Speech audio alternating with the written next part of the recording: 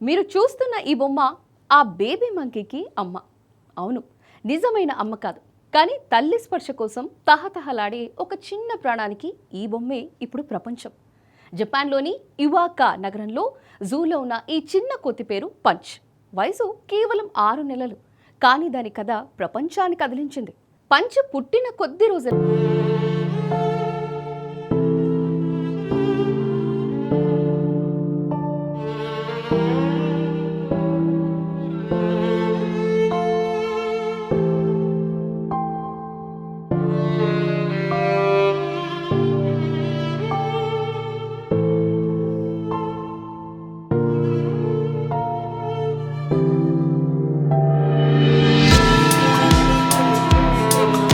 ప్రేమతో పెంచారు, ఆహారం ఇచ్చారు, సంరక్షించారు.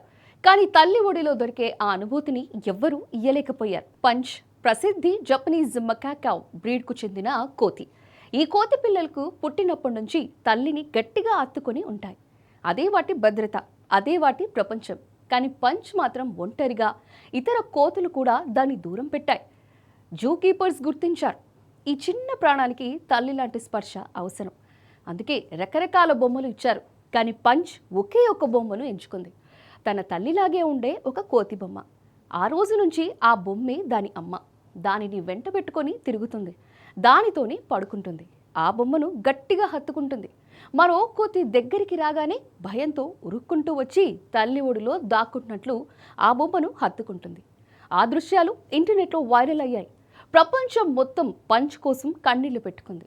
పంచ్ కథ మనకు 3 పెద్ద పాఠాలు చెబుతోంది. ప్రేమకు ప్రత్యున్మాయం లేదు.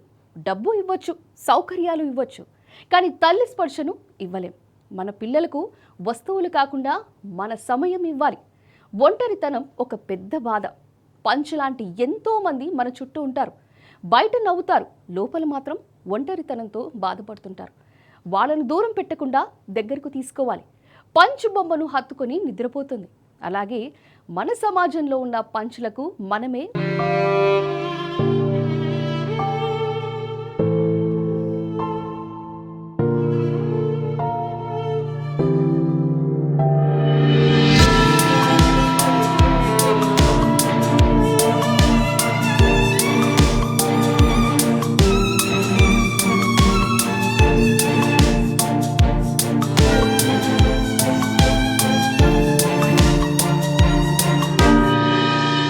కోతిపిల్ల మాత్రమే కాదు, ప్రేమ కోసం ఎదురు చూస్తున్న ప్రతి హృదయానికి ప్రతీక.